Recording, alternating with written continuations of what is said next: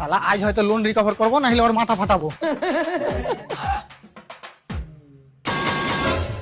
Hello sir, আমি blouse loan department থেকে MRL বলছি। আপনি আমাদের কোম্পানি থেকে লোনের টাকা নিয়েছিলেন। এমন করে বলছিস মনে যে কারে লেছিস বে?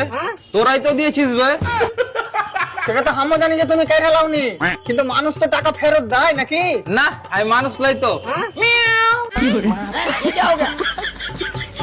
ভাই নাটক খুব হলো, দে লোনের টাকা দে। না, এটা সম্ভব নয়।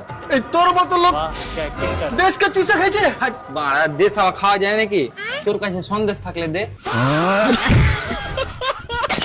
দেখ ইয়ার কি করিস না, বয়স্ক মানুষরা বলে যদি হারামের টাকা খাইস তো শরীরে লাগে না। ও বয়স্ক মানুষ চার দোকানে বহুত কিছু বলে।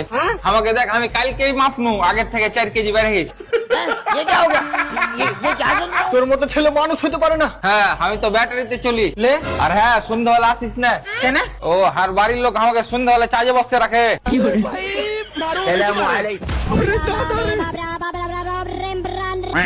আবে লাউড়া স্যার, তার কাছে টাকা তুলতে পাঠাইছিস আবে?